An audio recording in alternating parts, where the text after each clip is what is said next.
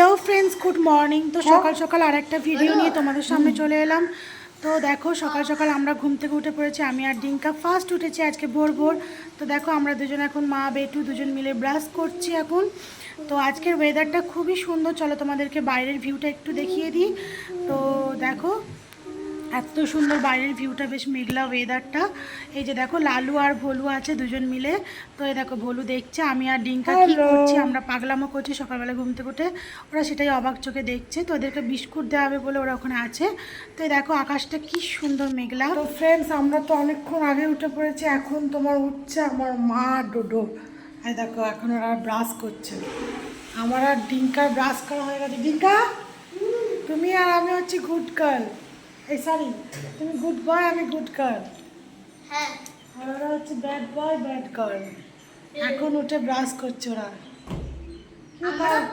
মা তোমাদের কালাতে ঘুমায়নি নাকি গো? মা এদিকে তাকিয়ে বলো, ঘুমায়নি সারা রাত? ও বাবা, তোর মুখটা দেখো। তো কি হয়েছে? ব্রাশ করো, দেখো। তোমরা এত মিষ্টি দেখো, দেখো দেখো মুখটা দেখো, মুখটা দেখো। সারা ঘুমায়নি তো?